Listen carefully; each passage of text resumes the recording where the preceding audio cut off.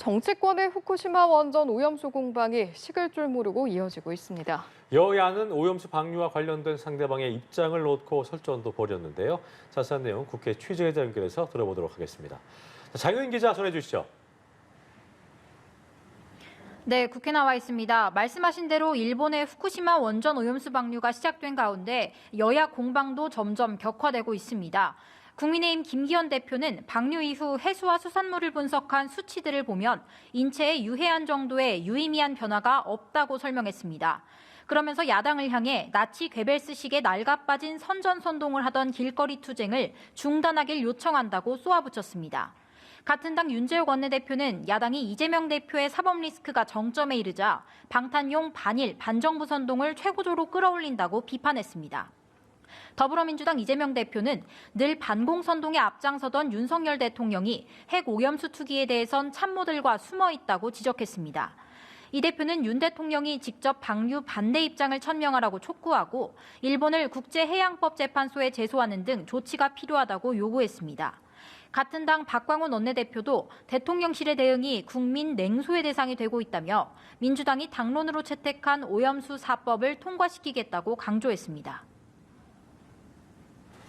장 기자, 오늘부터 1박 2일 동안 국회가 텅 비어 있다고 하는데 여야가 정기국회와 총선 전략을 마련하기 위해서 잠시 자리를 비운 것이라고요?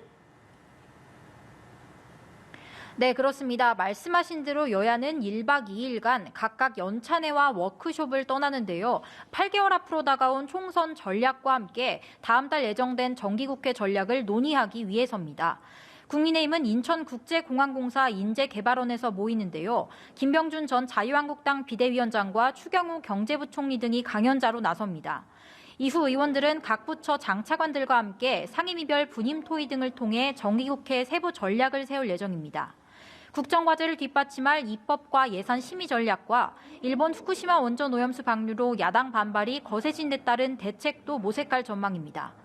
한편 윤석열 대통령이 지난해에 이어 이번 연찬회에도 등장할지 관심이 쏠립니다.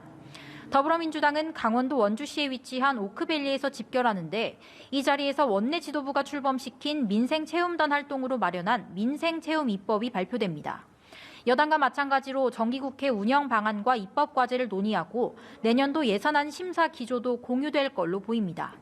오염수 방류 등의 현안과 김은경 혁신위의 혁신안을 점검하는 데 더해 이재명 대표의 거취를 둘러싼 당내 개파 간 설왕설래도 벌어질 전망입니다. 여야는 행사 종료 후 각각 결의문을 채택할 예정인데 어떤 내용이 담길지 주목됩니다. 지금까지 국회에서 연합뉴스TV 장효인입니다.